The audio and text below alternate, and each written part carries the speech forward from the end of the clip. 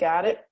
Yeah, good afternoon, everyone. Welcome to Nonprofit Fundraising During a Pandemic. Today's speaker on behalf of SCORE and the SBA is Cindy Schraben of Great Gus Marketing, and I'm going to give her a minute to introduce herself, but I want to run through some housekeeping items. Number one, we are recording this presentation, so you will be eligible for a link to the recording at some later date and time. We cannot see or hear you because we are recording. We've turned off all your video and audio, but there is a function at the bottom called the chat button. And if you look in there, I will be putting links in there throughout the presentation. And there's also a Q&A button, allows you to ask questions of your moderators. My name is Sherry Bales. You can look for my name, or you can look for John Keplinger. And we can follow your questions. We can see your hands raised, but the speaker cannot. So I will throw a pitch for SCORE out there. Again, this is Cindy Schraben. She is a SCORE certified mentor. And SCORE is a nationwide organization that's housed under the Small Business Administration that provides free business advice to any business person at whatever level their business is at. Our job is to encourage small businesses to take a jump and take a risk. And the very fact that so many of you are on here today, both as small businesses and nonprofits, tells me that we're doing the right thing. So real quick, this is number 20, I think, in a row of our webinars, and we've got another one coming next week. I'll drop the link in for that. It's called Getting to the Top of Google Search Results. And with that, I think I will pipe down and we'll let Cindy take over. I will be monitoring questions, and I do have the questions that you submitted when you registered as well. So I'll have those, if not in the middle, we might break for just a second. If not, stay online at 5 o'clock because we'll take your questions and answer them live at that point in time. Cindy, please take it away. All right, thanks so much, Sherry. And thanks for everybody for being here. I'm Cindy Schraben, and as Sherry mentioned, I am a certified SCORE mentor. And I am also founder of Great Gus Marketing, and I have more than 25 years of experience in strategic marketing, social media management, and copywriting. I have worked at for-profit, nonprofit, and educational organizations. So that gives you a little bit of background about what I have been up to. I have a real interest in nonprofits. So I'm happy to be here sharing this information with you. And I look forward to your questions. Now, last week, this is part 2 of a 2-part series. Last week, we talked marketing, or Sherry did, marketing during the pandemic. And so this week, we are talking about fundraising in a pandemic. And of course, those two are intertwined. Last week, we talked about setting goals. We did an audience analysis talking about who is your target market. And we also talked about how to plan your approach. And this week, well, let me go back here. So the fundraising funnel, Sherry talked last week about the fundraising funnel, about capturing your audience's attention and convincing them that your nonprofit is where they want to invest. They start out with a broad interest in your nonprofit. And as they get to know your nonprofit, they go down. They learn the importance of the cause, the credibility of your organization. You know, that goes right back. Both of those things go really into why should they donate. And then they become a donor. And then after the relationship develops even more, you hope that they become an advocate for you and help spread the word in the community about all the good work you're doing, and then bring in more people to volunteer and donate with your organization. So that's where you really want to get. I mean, we all want donations, but we really want them to get to that advocacy level so that we can continue to broaden things and do more good work. So last week in Sherry's webinar, she handed out an assignment. And if you weren't here for it, this was the assignment. She wanted you to think of what are your 3 main fundraising goals for the next 6 months in priority order. And number 2, what is the one marketing tactic that contributes most to meeting your fundraising goals? Does your data support what you think this marketing tactic is, or is it just a gut shot on your part?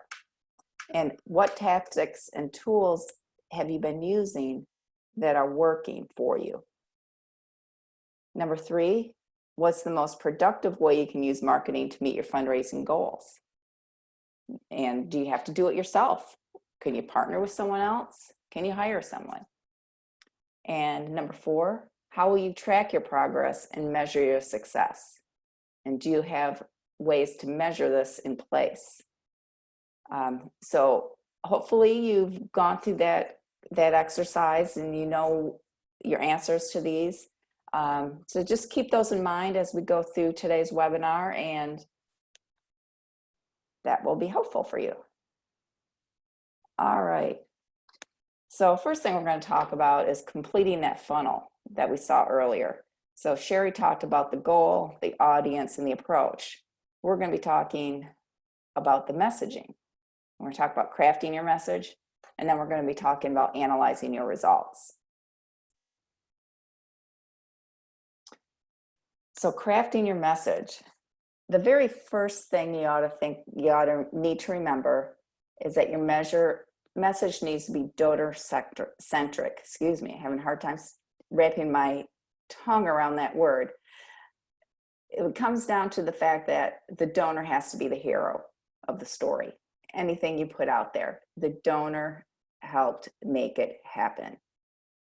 I have an example here from Big Brothers Big Sisters of Southwest Michigan, which holds a special place in my heart because I worked for them for about 8 years.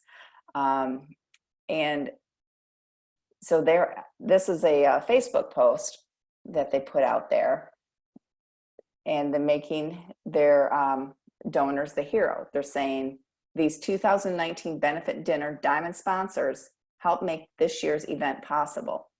Thank you for defending potential, which is Big Brothers Big Sisters tagline. So you see, they're bringing in their sponsors, telling people what they did, and they're also honoring them by putting their logo out there. So it's a very simple way to acknowledge the donations that these organizations have made to Big Brothers Big Sisters, and it also, like I said, makes them the hero.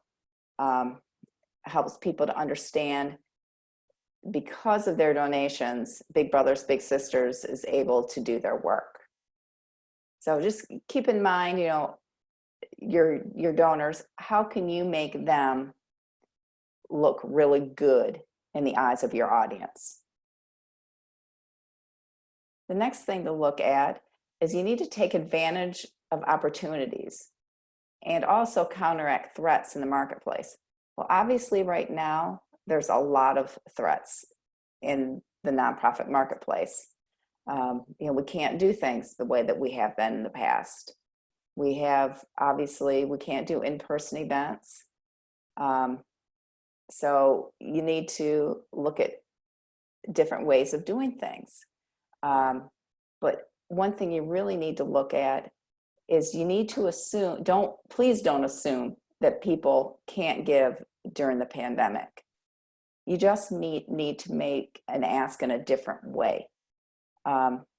There isn't any current research right now as far as what's happening with giving during this current pandemic. But looking back on the Great Recession, the research I came up with found that donations actually went up a little bit. so that the people that did have the money saw the need, saw that things that, like I said, that they saw that the need was still there, and they were willing to step up and share those resources. It's just, you need to let people know that you still need help. But like I said, you may need to ask in a different way. This example here, also from Big Brothers Big Sisters, it's about their Bowl for Kids' Sake event, which are huge in-person events that happen in the winter. Well, guess what? They got through February, which I think they probably got through about 8 or so events. And then all of a sudden, everything shut down. They couldn't do the rest of their events. And that's huge for them. So they switched things around and they said, okay, we're going viral or virtual. And so they put on a virtual event where people could still win prizes, still do fun little trivia things, connect with each other virtually, but also knowing that they're contributing to this organization that they want to contribute to. They want to support this organization. So this is just an example of how you can basically pivot with the times. And it's an example of asking in a different way, because Big Brothers Big Sisters certainly isn't used to putting out a virtual Bowl for Kids' Sake event, but it was the best they could do. All right. Another thing to keep in mind when you're crafting your message is that you need to describe the benefits to the reader rather than the features. Just remember, features tell, benefits sell.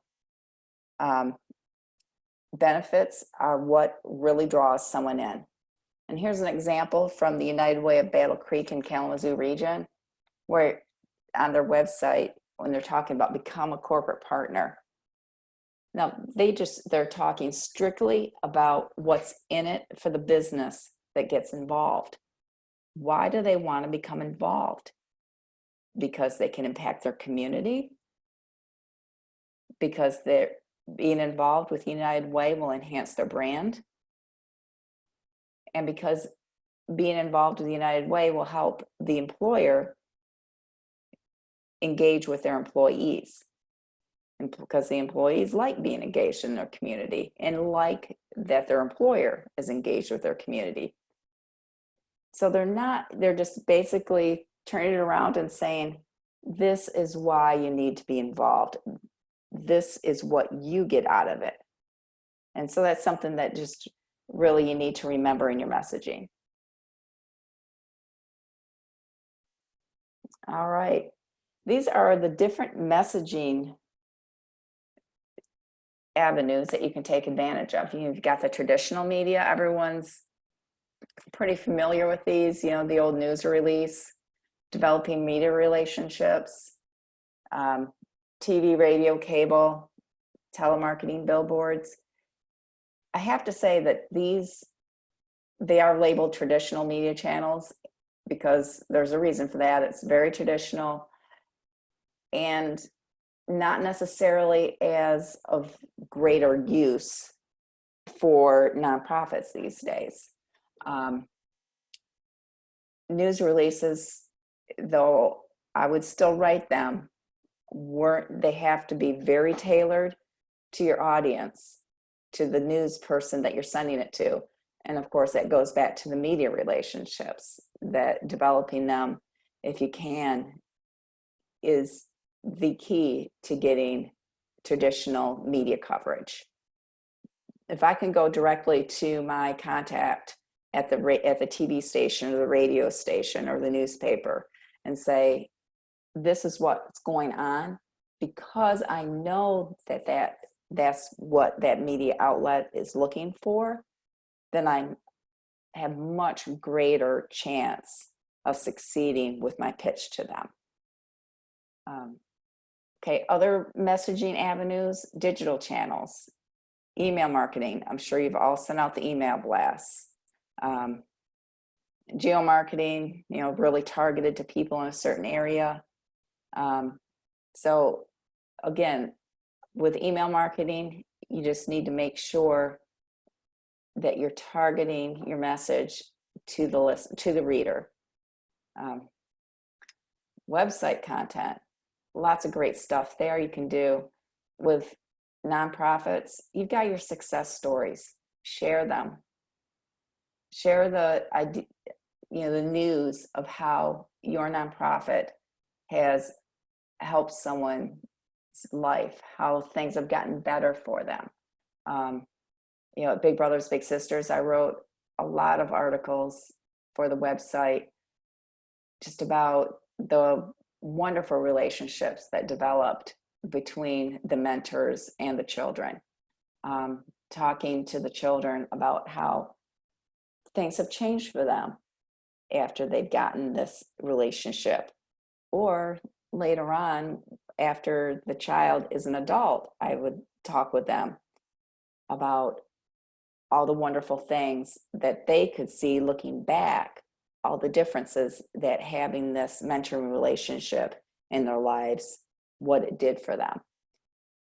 And so putting that content out there really helped people understand better why they should become involved with the organization and donate and volunteer.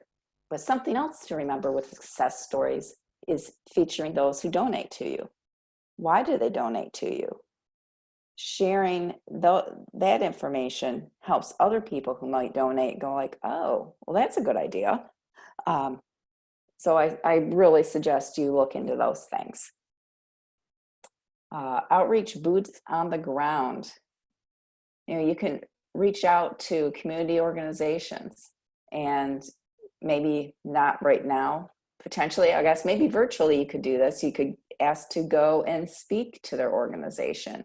A lot of Rotaries have that, where you can go in and talk to them and tell them about your organization. And that's a great way to get your story out there. Obviously, community events right now, not so much. But co-marketing, what other nonprofits are out there that are similar to you that you could work together and share some of the same information with people, just partnering with people, with other organizations. And of course, there's social media channels. Facebook is the big one, and of course you have all the others. The one thing I really recommend with social media channels, especially for a nonprofit, is don't let yourself get distracted. Don't go after the shiny new social media channel just because somebody tells you you should go there. You really have to evaluate what works for your organization, where your audience is. So I would, and also something to keep in mind with that is don't overextend yourself. Just because people tell you you should be somewhere doesn't mean you should be there. And hold fast to that. It's better to have one really good social media channel, be it Facebook, Twitter, Instagram, whatever you decide works best for you, and do that really well, than to do 5 halfway. So that's my big suggestion on that one.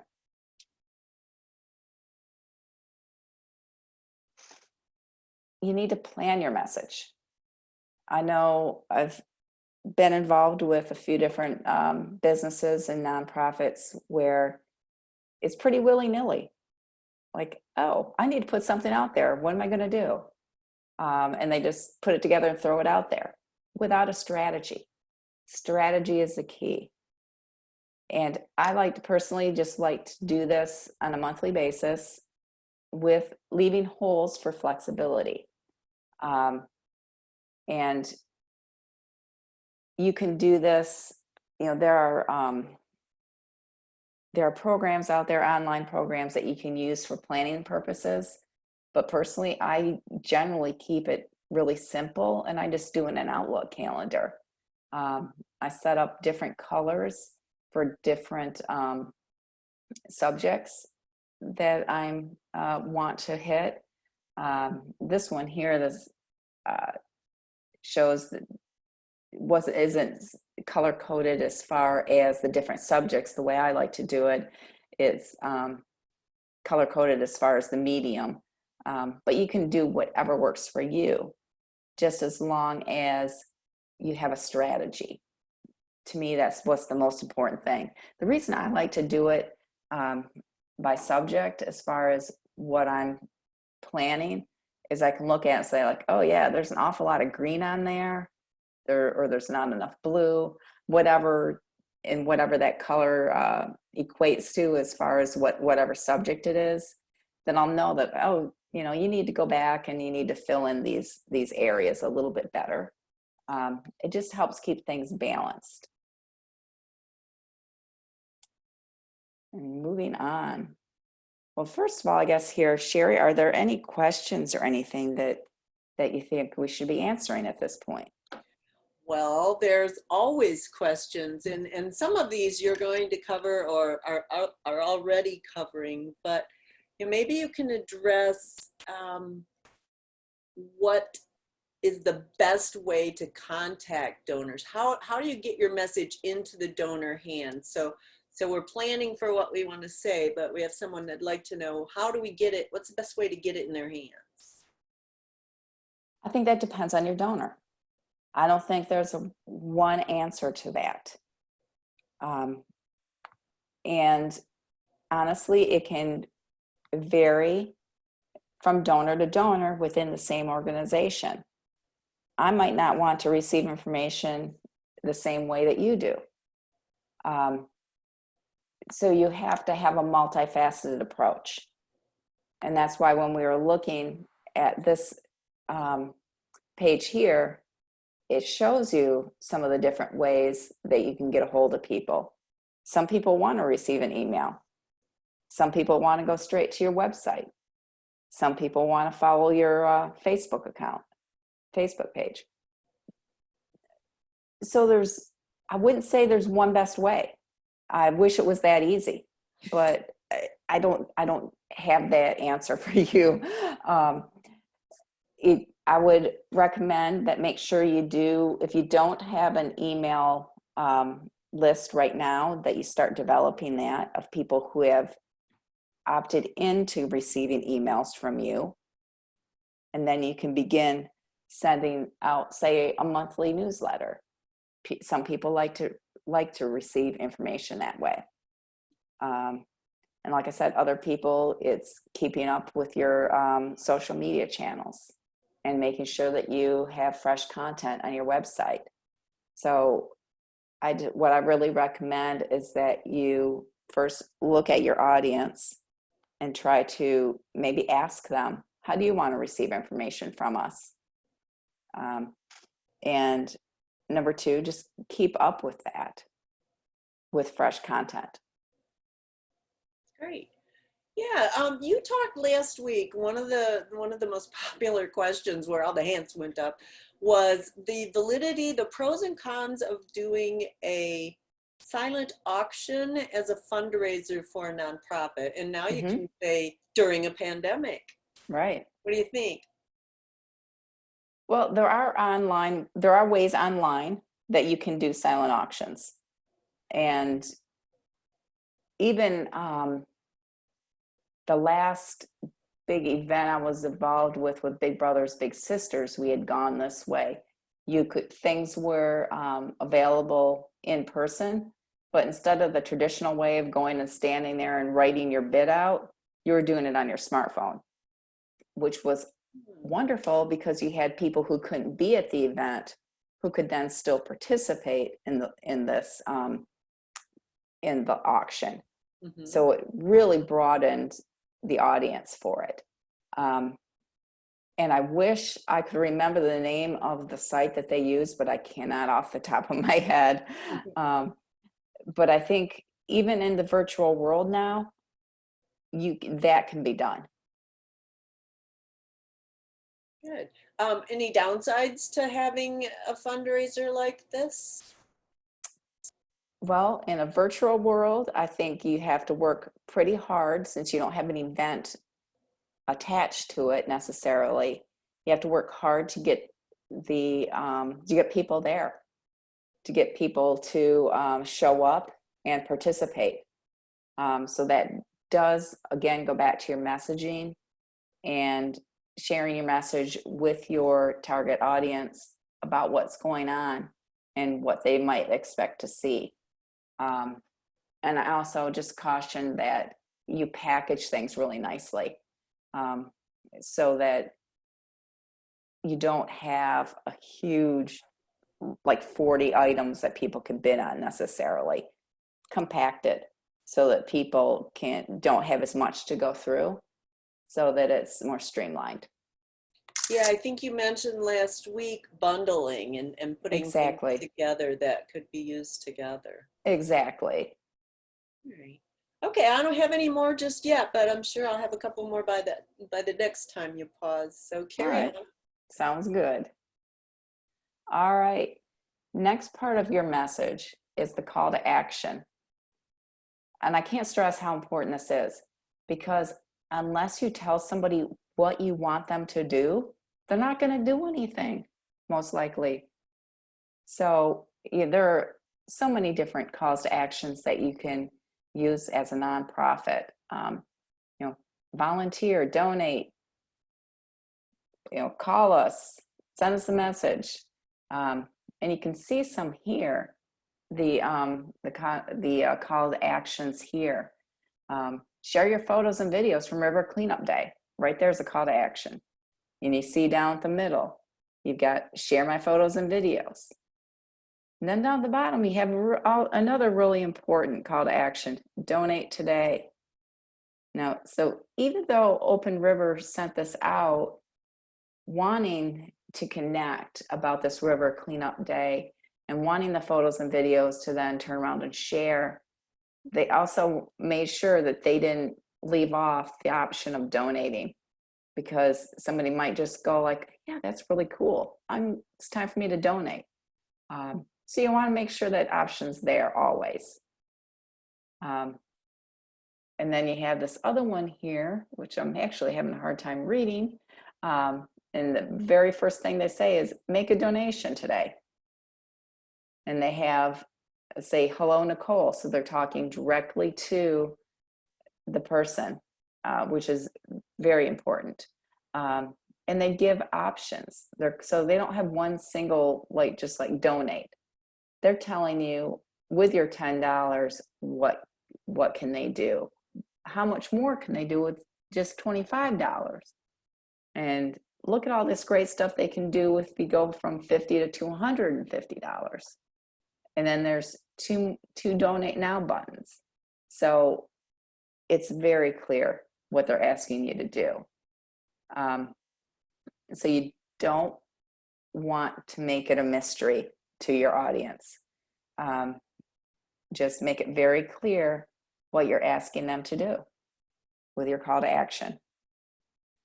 Here's a few more calls to actions. Make sure you use great photos. Things you could ask questions or fill in the blank, like, I want to be a better whatever. I want to save money. Be a part of our team. So, people, they're even saying like us on Facebook, follow us on Instagram. There are many different calls to action that you can use. You just have to sit back and say, okay, what am I trying to accomplish with this message? And so that will define what your call to action is. You can see here, I see what it is with the giving tree. They're talking about see the preparation. So, they're harvesting food. You can take people kind of like behind the scenes. So click through to there. And of course, what's at the bottom? It's a donate button. We also have on the right here side the consulting, where they're asking people to leave a review. So it's not always necessarily donate, but leave a review is a call to action. I think that's probably more of a for-profit rather than a nonprofit, and that's why we don't have a donate button there, because if this was a nonprofit asking for a review, I would also suggest that you have a donate button in there. Like, never forget to ask. Okay, and again with messaging. Step 5, analyzing your results. And want to think here with the funnel. You want to start off with getting somebody's interest, capturing their attention, nurturing the relationship, converting them to come over and take whatever action you're looking for. In this instance, we're talking fundraising, so donating. And then finally, moving that relationship along so they become an advocate for the organization. So what channels I want you to look at when you're analyzing your fundraising? What channels or tools worked best at what level of the funnel? Because they will be different at different levels of the funnel. For instance, in capture, you're looking at, you can do 100 different ways, but you could look at your Facebook page, your website, emails. All those things can work depending on the organization, what you're trying to accomplish. Nurture needs to be a little more one-on-one, a little more intimate. So you could be even talking about that at phone calls, particularly since we're talking donors, phone calls, going out for coffee. So at each different level, you've got different things to consider. And for your organization, you need to look back and say, what has worked with the donors that we've had? What steps have we taken along the road to keep in contact with them and to move the relationship along? What's worked? And then you can take that information and apply it to new possible donor relationships. So to measure and evaluate, we want you to look at your engagement. We want you to look at, and this is with social media engagement, we want to look at your reach and impressions, which engagement with social media is so much more important than your reach and impressions, because engagement means you've got, it's more of a relationship at that point rather than a one person out-facing message. Means that they have internalized your message and done something with it. You need to look at your audience behavior, and that's also on social media. Your session duration on your website, your bounce rate for your emails, your email blasts. If you're going to do any paid campaign, you need to look at your cost per click. How much does it cost you for each click that goes through to your website or wherever it is that you're sending someone? Conversions. How many people actually go through and complete whatever desired action that you're after? And traffic to your website. And also, of course, on the bottom line, did your donations go up? So we're going to be looking at analyze your results, measure and evaluate your data, and think about, did you meet your goal or did you fall short? And by how much? Did you do better than last year? A year, if you're doing something, if it's a annual appeal or an event and you've done it before, that's a really easy metric for you to look at as far as was this year successful over last year? Your social media, how are you going to analyze that? What was your audience engagement? Now Sherry's going to be dropping some information into the chat as far as ways to evaluate that on social media, particularly Facebook. And so, yeah, you can look at that. I mean, we could do whole webinars on this. For your website, let's look at what was your session duration. How long did somebody spend on your website? And that also is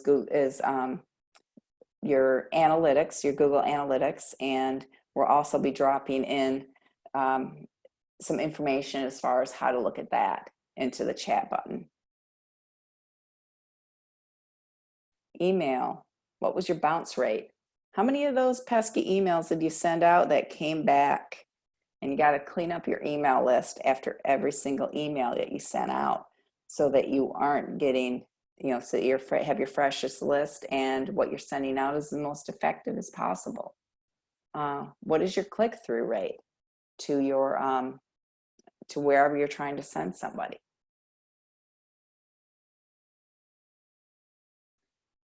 And as you analyze, you need to look at what can you do better next time?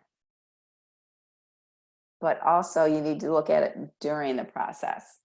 If you're looking at something and you're going like, oh my, I'm not sure that worked. If you look at emails and your open rate is dreadfully low, you need to look, okay, what did I do? What could I change?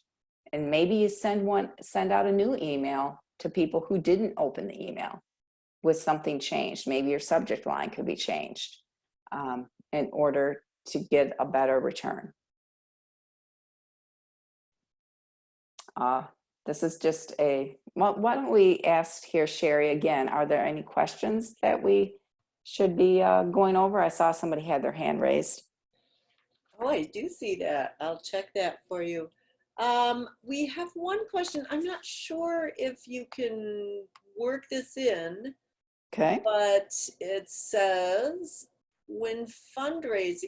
how does an organization keep its core donor group when you're only able to pay the rent and bills and little else, not much going on? That's from Dwayne in Detroit. Okay. It's a long topic, but we've got some time, so. How do we say that one more time. How does an organization keep its core donor group when you're only able to pay rent, bills, little else? No outreach. Well, I think we need to redefine outreach at that point, because I don't think it's possible, in my opinion, to keep your donors engaged without outreach of some sort. Without your basics of sending out emails to them, without having a basic Facebook page or website to send people to. I don't have a better answer than that. Do you, Sherry? Well, it's going to be like this. And, I actually started up talking with a SCORE client today whose core business is to go into nonprofits and help them either when they're transitioning from board to new board, or CEO, executive director to new executive director, or even transitioning without an executive director and having interim people in there. But I think that your tips about what you can do for free or inexpensively, so constant contact, for example, for email distribution, the lowest platform is $20 a month. You only need to get one donation as a result of spending that $20 a month. I think the Facebook page is a really good idea. Make sure it's a page, and make sure that your nonprofit is actually registered with Facebook. Your 501c3 is actually registered with Facebook. And then you can ask for donations on your Facebook page, right? Right. Right. And then, so email, make sure your website is clean and current and up to date. And, beyond that, I guess I would start looking for, in Detroit, I know that they've got both a nonprofit grant and a people of color, women, veterans targeting grant, which is money that you would not have to pay back. You might look around at some of the local um, local resources available from the Michigan SBA, the Small Business Development Corp, the Chamber of Commerce, the U.S. Chamber of Commerce, and even in the Detroit area, your Chamber of Commerce. And you might also reach out to a SCORE mentor. It's a process, and we do have mentors that specialize, like Cindy, in nonprofit, but this is a whole new place that we haven't had to be before. And so I guess my response would be, find things that you can do for little or no financial resources use, and then solicit volunteers who can do those things with you and for you. So, don't bring in a figurehead board because they're a lot of rich people and they know a lot of rich people. Bring in people who will work for you and help you at the grassroots level to manage some of this donor contact. But it's just staying in touch, staying in front of them, an email every month or so, maybe a note on their birthday or anniversary of giving, something that reminds them that you're still there. And you're right, the outreach is all virtual right now. Luckily, we're getting pretty good at it, and then people are pretty forgiving when we're not good at it. Yeah. What else? Well, one thing that strikes me when you were talking about the board of directors of, the rich people, and, they definitely have a place, particularly when you're talking fundraising, because they can go out and take their passion for your organization and tap their friends and pull them in. So they have a great place. But something else that we talked about last week, we're developing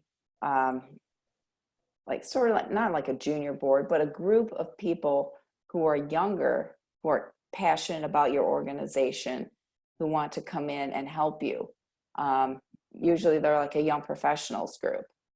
And particularly in this case, as we were talking about, how can you do this when you don't have the budget or whatever, developing a group like that who want experience in leadership and fundraising and things like that, would be a great time to develop that sort of group of young professionals who are from a bunch of different industries, who are passionate about your organization, and they can help you fundraise. They probably have, somebody has experience in writing the emails or your website, things like that.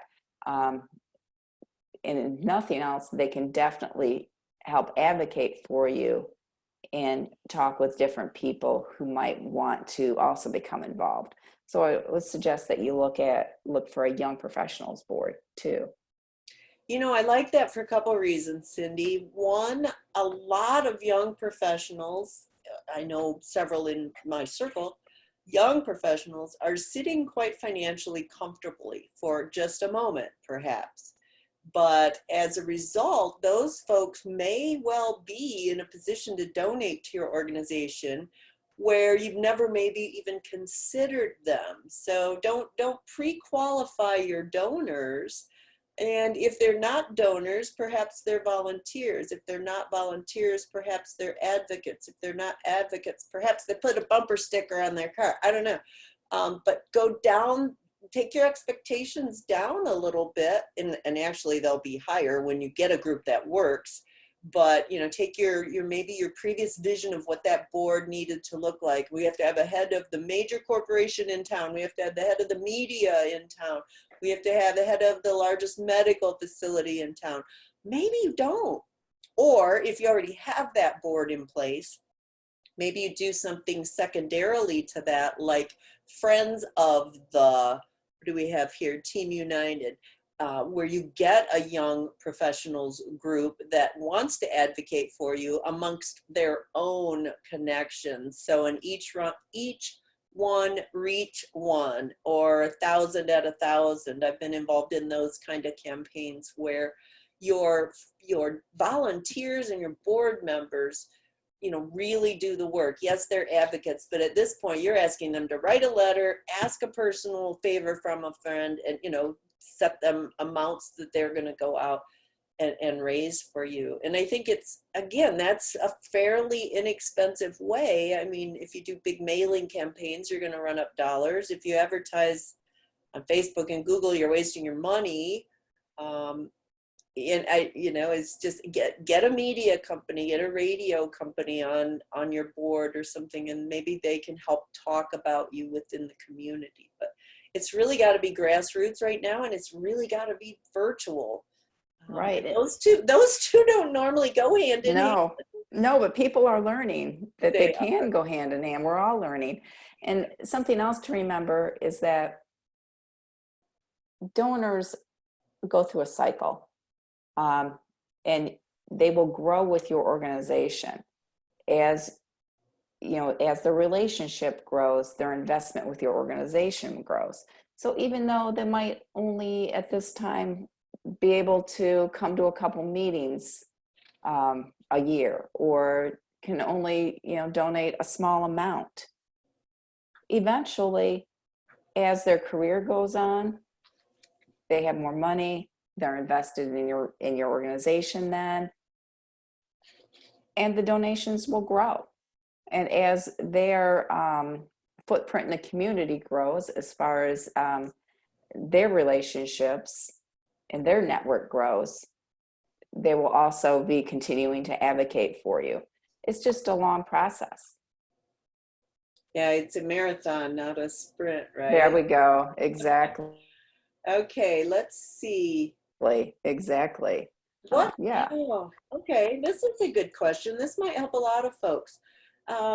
Pete from Three Rivers is asking, hi Pete, can you list professionals able to set up and run virtual event for my charity board? So, and we're not able to give you names of people like Cindy and I do this, but can you talk a little bit about what that person would need to be able to do, Cindy, to set up and run a virtual event? What would be the steps that Pete would be looking for someone to accomplish with that?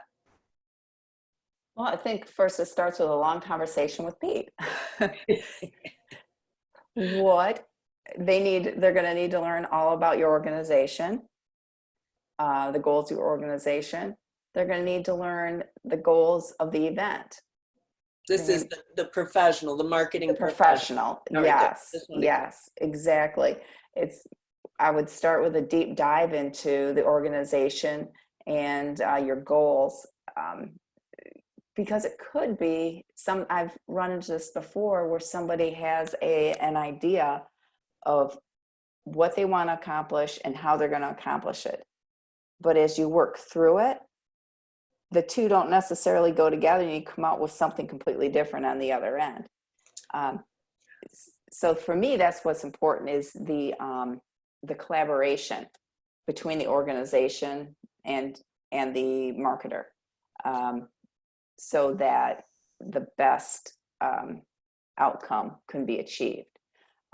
So sharing a lot of information, and then let the professional go back and evaluate and come back with their proposals for what they think you can accomplish at this point. Because I think we're all still figuring out, how do we do all this virtually? What are your thoughts on that, Sherry? Yeah, I like that. I like a lot of that. In terms of like looking for a professional to set up and run a virtual event, I would say that one of the channels or platforms you might want to look at is Constant Contact for actually event registration, if you're going to have people pay to come to the event or sign up to participate in the event. I think a Zoom is a good platform. It wasn't this morning, but that got repaired. I think Zoom is a decent platform to run things like it's a virtual event.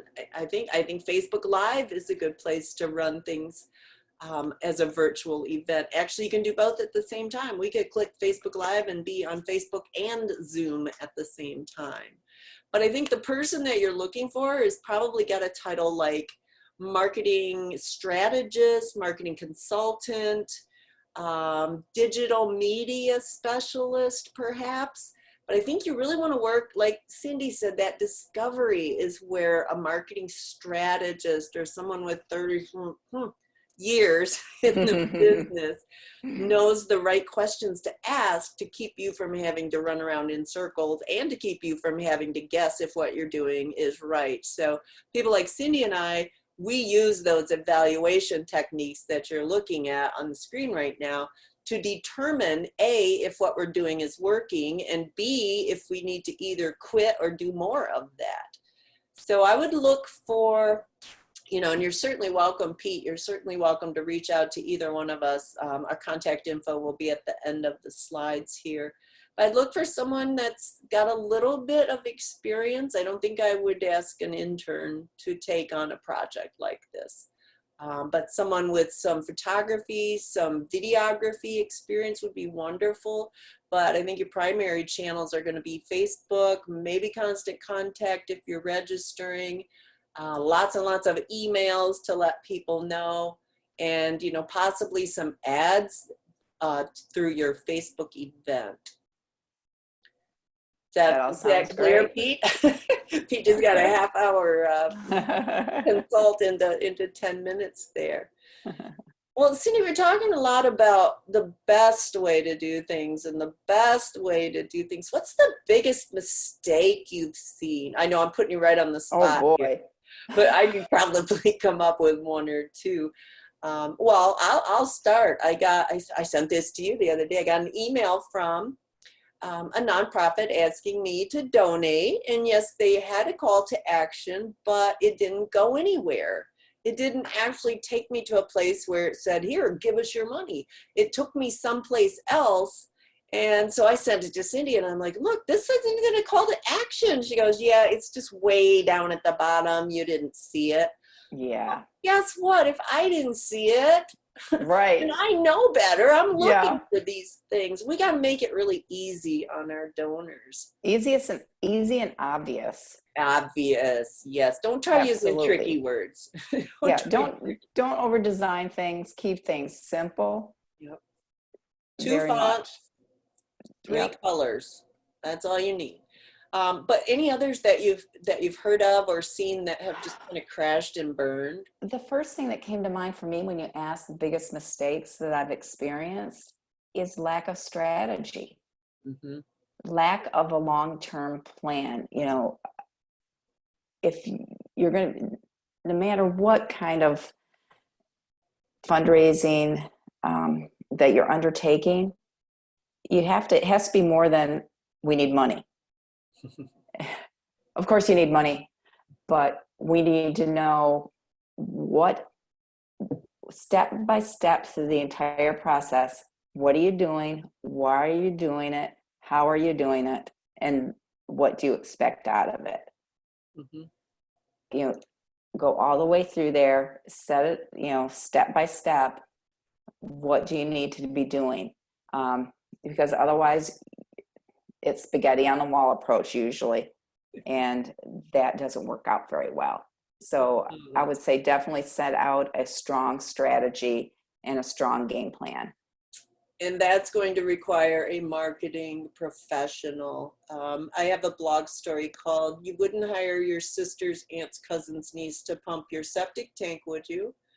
But all too frequently, and it's not that I have anything against young people coming up through social media at all, or the colleges that are pumping them out quickly.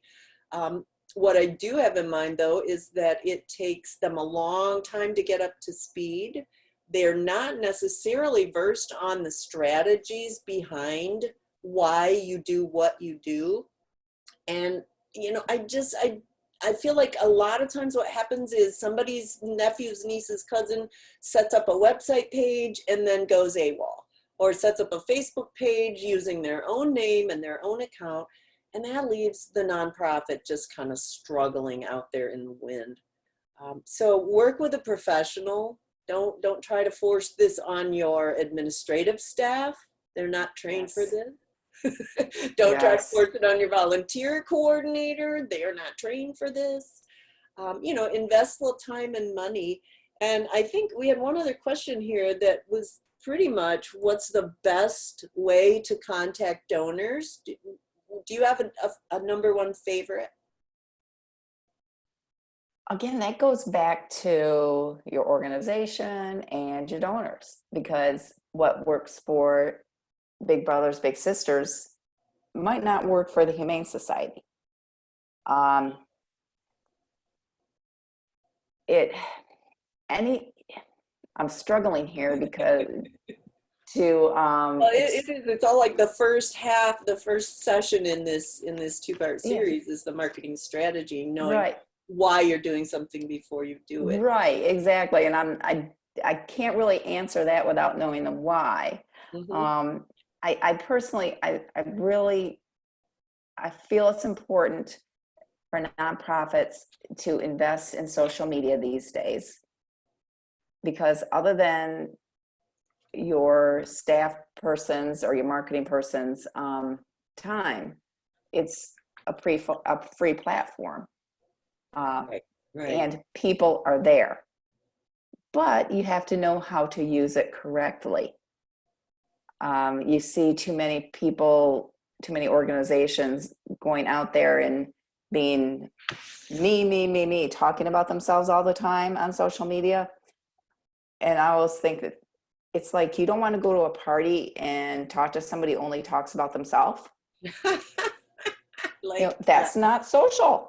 I like that. Yeah, social's a two-way conversation. It's not just about Exactly. puking stuff out there and hoping that somebody sees it. Your idea isn't that they see it. Your idea is that they act on it, that they Right. engage with you. So I Right. got to say, I have a favorite, and it's email. It really is. I Mm, mean, if you have donors and you don't have their email addresses, that's just silly. yeah. If you have donors who you have email addresses for and you haven't emailed them in 2 years, that's just silly. I'm not demeaning you because I know that's not an easy task. I do probably 7 or 8 email blasts a month for clients. But if you've got those email addresses and you can reach those people, same practice as in business. It's going to be easier to get money from someone who already knows you and has shown an interest in supporting your organization than it is to go out and start. Remember the top of the funnel? These folks are down at the bottom of the funnel. They're ready for picking, but the top of the funnel, you got to work so hard. And if you don't have a budget and you don't have anyone helping you, then concentrate on the middle. Get what they call in sales, get the low hanging fruit first. And I think direct mail, sending a letter in the mail with a donor envelope and being, as Cindy said, a number of times being really clear on what's the benefit of me donating to this project, this charity, this organization, this fundraiser, whatever it is. What's in it for me? And if you can convince me that I'm special and that you really like me and you really would like my support and my money is going to make a big difference, then you've got a chance of keeping me engaged. But when you don't have a lot of resources, I'm back on emailing people through a legitimate email site. Don't send them all Google emails. MailChimp, Constant Contact, but keeping in touch with them via email, and then making sure that you're building your Facebook page. Everybody on your board should invite everybody they know to like your Facebook page because Absolutely. it's free, and that's your best exposure. And all of your staff members should Uh, invite everybody they know. yeah. Yeah, Uh, I've never been really selfish with the management of my Facebook business pages. And by that, I mean, I don't keep it secret from the rest of the organization. There are probably, for most of the business Facebook pages that I manage, there are at least 4 people that have access, they have login, they have administrative status. So if I get hit by a truck, they can still get into their account. yes. Don't let your agency set it up where they own your account, because then if they're gone, you're in a lot of trouble. Have a couple people from the organization be on each of these platforms, be engaged, have them posting, have them liking, have them sharing, have them commenting, tag people if you use hashtag and some common phrase. I'm thinking, you know, trees are green or something. People can find you if you are partnering with another organization or a group, or just want to give a shout out to someone. Use the @ symbol on Facebook and type in their name, that their business page is named on Facebook. That's a nice cross tagging thing that lets you do, again, free stuff. You're already in there, you're already using Facebook. But if your, you know, niece is doing it for you, she might not be aware of all these kind of little insider strategies that can really help you once you've been through a good long full hour minimum discovery session with a particular marketing professional. Absolutely. And you struck me there when you were talking about making sure that you have different people involved just in case somebody leaves, because I've actually been involved in organizations where just one person was in charge, and I've heard horror stories about having people who are only one admin to the Facebook or the Twitter or whatever, and they leave an organization, and sometimes it might not be under the best of circumstances, and then whoever's left can't get into their own account. I think this It's a discussion is nightmare. worth signing up for today. Just if we can communicate to you, get lots of people, you know, don't try to keep it under lock and key, because, you know, if you need to do a password reset and the person whose email is tied to that account, you're dead. I just made a brand new web page for a nonprofit and a brand new Facebook page for a nonprofit, just because they were in this situation. We still don't know why the owner, quote unquote, won't give us access or Right. even set up a forwarding link, but he owns the URL. So it's really frustrating. Use a professional, use someone that has an LLC or a business address or a website who, you know, looks like they're going to stick around and help you. Cindy, we're getting close on time. You want to finish up with your last couple slides, Yeah, and then I'll promo next week? sure. We're talking here. This is just an example of your Google Analytics website activity. It shows you here very quickly how many users have been on your Facebook page, how many sessions. Website. Sorry. I said Google page, didn't I? I don't know what I'm talking about at this point. Yes, how many people have been, how many users have been on your website, how many different sessions. So you see 947 people, but you had 1.3 thousand sessions. So people are coming back. The bounce rate, meaning how long they were there within 30 seconds and gone. Is that it? 30 And seconds. they just don't do anything. Right. Yeah. So they're just there and gone. But that's 36% of people who are sticking around. So that's a good thing. And session duration, how long are they actually spending on your website when they're there? And actually 2 minutes, 18 seconds doesn't sound very good, but actually that's pretty decent. So that just gives you a quick overview. And again, you can go into the chat area, and Sherry has put a couple links there.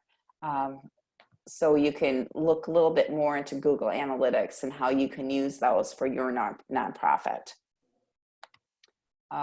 This is just a quick view of a Facebook Insights page. So you're taking a look here. Do you see at the top there, Insights? It shows you where to get to it. And this is looking at posts. So it's what type of posts, you know, shared video, photo, link.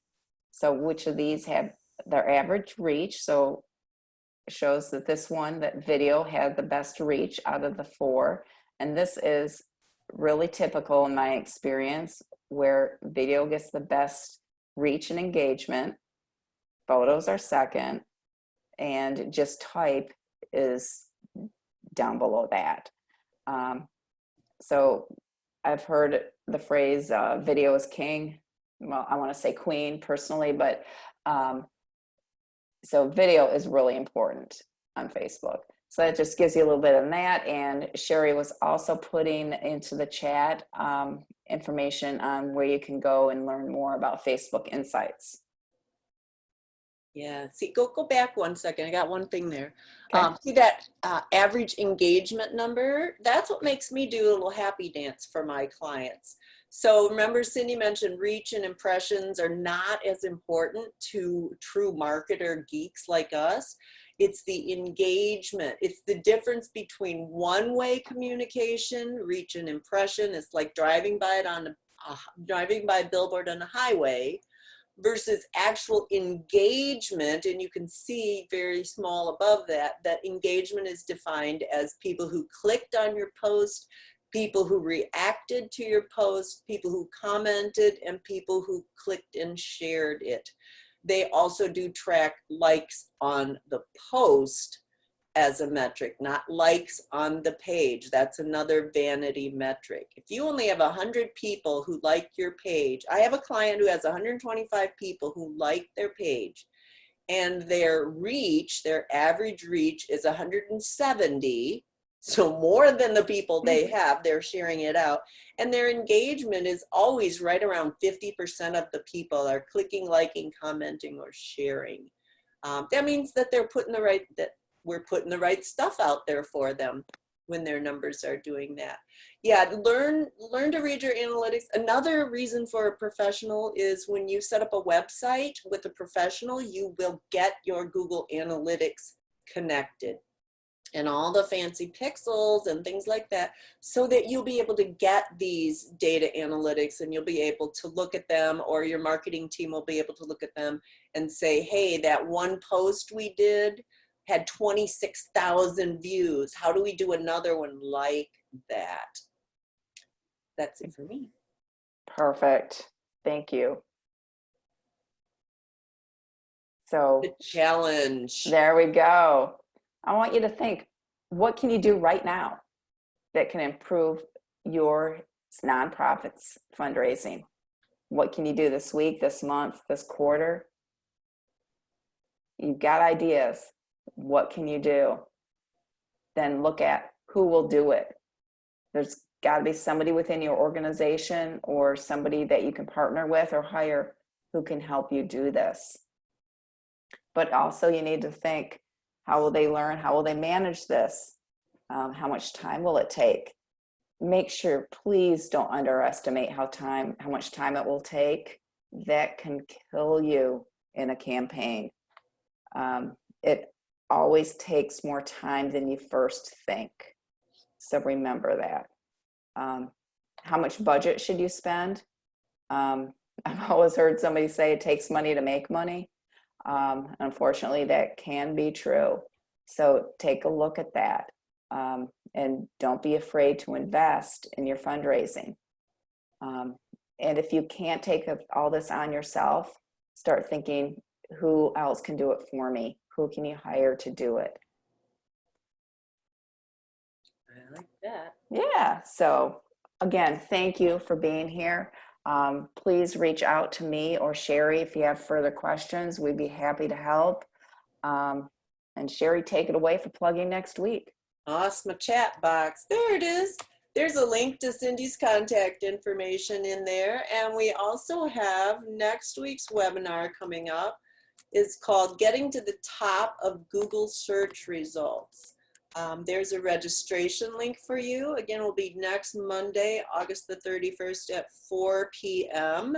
And we have a new speaker coming in. I haven't got his name right in front of me just this second, but he'll be talking to you about Google and how to get your information to the top of the Google searches. And it might be easier than you think, actually. But there's a link to register there. Again, we want to thank SCORE for hosting this event, and by default, the Small Business Administration. And we hope that you will visit score.org if you have questions or would like to become a volunteer. We are desperately seeking volunteers. Our little Kalamazoo chapter gets roughly 25 requests a week for new business mentors. And that's now, that's during the pandemic. So we have lots of room for people who own businesses to share their expertise. But if you have questions and would like to discover the SCORE mentoring on your own, simply go to score.org and look for Find a Mentor. And we like it when you choose your local mentors, but you're certainly able to do that across the country. Look for someone in your area. Watch for the recording to this webinar to be coming in your email from SCORE in a couple of days, depends on how long it takes to process. And again, on behalf of SCORE and Cindy and Sherry and John, thank you all for attending, and we'll look forward to seeing you next time. Bye-bye.